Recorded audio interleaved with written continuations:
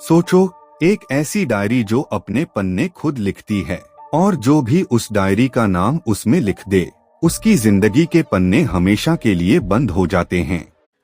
मैं हूँ सायरा। छुपा एक डर सराज के साथ राज बने सफर।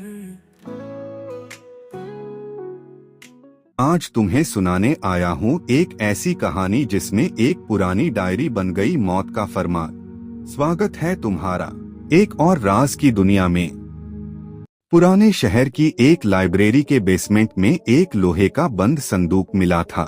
यह संदूक 50 साल तक खुला ही नहीं।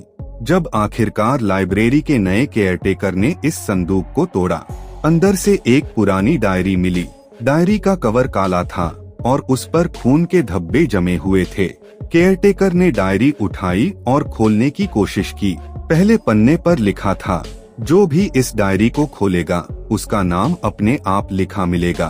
उसने हंसी उड़ाई और पन्ना पलटा, लेकिन उसकी हंसी खून जमा देने वाली चीख में बदल गई। उसने देखा, डायरी के अगले पन्ने पर उसका नाम लिखा हुआ था, राघव मेहता, और नीचे लिखा था, अगली अमावस को तेरी कहानी खत्म। वह डर के मारे डायरी को वापस बंद करके भाग गया, लेकिन अगले ही दिन से उसके आसपास अजीब चीजें होने लगी। कभी लाइब्रेरी के अंदर पैरों की आहट गूंजती, कभी डायरी अपने आप शेल्फ से गिर जाती। राघव ने अपने दोस्त आरव को डायरी दिखाई। आरव ने कहा, बस एक पुरानी चाल है, इसमें कुछ नहीं है। उसने डायरी खोली और इस बार नए पन्ने पर आरव का नाम लिखा था। राघव और आरव दोनों की रातों की नींद उड़ गई। दिन बीत रहे थे और अमावस पास आ रही थी। हर दिन डायरी का एक नया पन्ना अपने आप लिख जाता, जिसमें उनकी मौत के अलग अलग तरीके लिखे होते। कभी लिखा होता, आज रात तुम्हें लाइब्रेरी की सीढ़ियों पर धक्का मिलेगा। कभी लिखा होता, तुम्हारी सांसें रुक जाएंगी। आखिरकार अमावस की रात आ गई।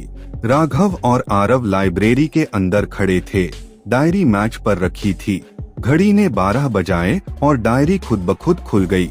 पन्ने हिलने लगे और नए शब्द लिखने लगे। आज रात तुम दोनों में से एक बचेगा और फैसला करेगी तुम्हारी अपनी दोस्ती।